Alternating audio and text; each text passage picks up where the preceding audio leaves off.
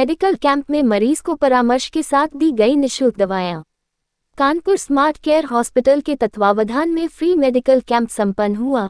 इस दौरान आए हुए मरीजों को वरिष्ठ चिकित्सकों द्वारा उचित परामर्श के साथ निःशुल्क दवाएं भी उपलब्ध कराई गई। बरसात के मौसम को ध्यान में रखते हुए कैंप में स्किन स्पेशलिस्ट डॉक्टर सीमा वर्मन ने मरीजों को बारिश के पानी से शरीर को कैसे बचाएं ताकि फंगस इन्फेक्शन न हो सके, इसके लिए जरूरी टिप्स भी दिए। किसके साथ ही उन्होंने बताया कि अत्यधिक ऑयली खाने से भी फंगस इन्फेक्शन बॉडी में हो सकता है, इसलिए ऐसे खानों से परहेज करना चाहिए।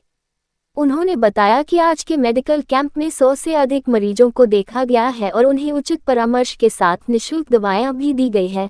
बच्चों को भी उन्होंने बारिश के पानी से बचने की सलाह देते हुए कहा कि ऐसे मौसम में फंगस इन्फेक्शन के साथ साथ मलेरिया के भी रोगियों की संख्या में तेजी होती है, इसलिए पूरे आस्तीन के कपड़े अवश्य पहने ताकि मच्छरों से शरीर को बचाया जा सके।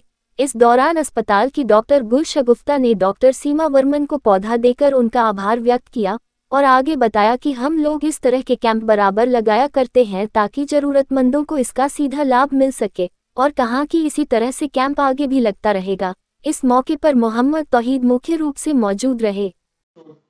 पूरा परिचय देते हुए जो मेडिकल कैंप लगा हुआ है, कहाँ पर लगा हुआ है?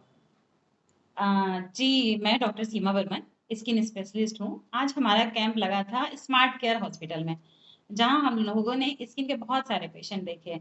लगभग मेरे ख्याल से ये 100 से ज़्यादा ही पेशेंट हो गए होंगे और यहाँ हर तरह के पेशेंट्स देखे। आजकल जैसे बरसात की खुजली हो गई, जलन हो गया और जितने फंगल इन्फेक्शंस हो गए हैं, उनको देखा है।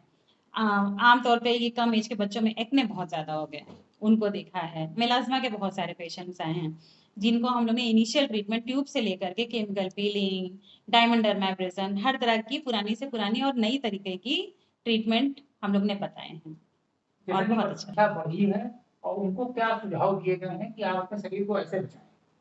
हाँ, ये एक बहुत ज़रूरी क्वेश्चन आपने पूछा और बहुत अच्छा है कि बरसात के टाइम में बहुत सारे फंगल इन्फेक्शन हो जाते हैं। उनके लिए ये बहुत ज़्यादा ज़रूरी है कि हम कैसे अपने शरीर की सुरक्षा करें, जिससे कि किस साफ-सफाई पे ध्यान दें, कहाँ हम डॉक्टर्स को दिखाएँ। अगर फंगल इन्फेक्शन हो रहा है, तो ऐसा ना करें कि हम मेडिकल स्टोर से दवा लेके खा लें, ठीक है? एक बार पहले दिखाएँ और बताएँ और देखना चाहें कि कितने डीप तक हमारा इन्फेक्शन गया है।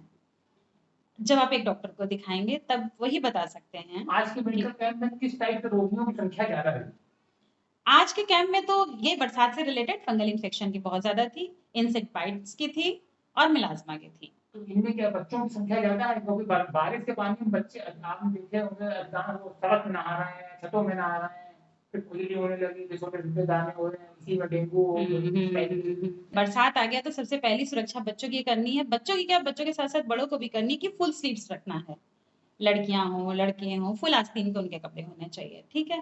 ताकि अगर जैसे कोई भी इंसेक्ट है, एक सिंपली ले लीजिए मच्छर ही है, अगर वो काट रहा है, तो जहाँ तक हमारे कपड़े ढके रहेंगे बच्चों की, तो उससे काफ़ी हद तक सुरक्षा हो जाएगी।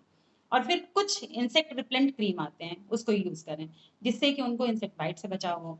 और जो आजकल बच्चे गीले कपड़े पहनते हैं, कोशिश करें कि वो सूखा पहनें, जिससे जो ये फंगल इन्फेक्शन हो रहा है, जो ये और ज़्यादा एक फफोले टाइप के भी आजकल पड़ रहे हैं, तो उन सब से बचत हो। ये बरसात में बहुत ज़्यादा इन्फेक्शन स्किन की समस्या क्या खान-पान को लेकर भी होती है? होती है, पर बहुत ज़्यादा नहीं होती है। अगर कोई बहुत ज़्यादा ऑयली खा रहा है, बहुत ज़्यादा फैटी-फैटी चीज़ें खा रहा है, तो हो सकता है। लेकिन अगर ये कहें कि सिर्फ़ खान-पान से 100% है, तो नहीं, ये नहीं है।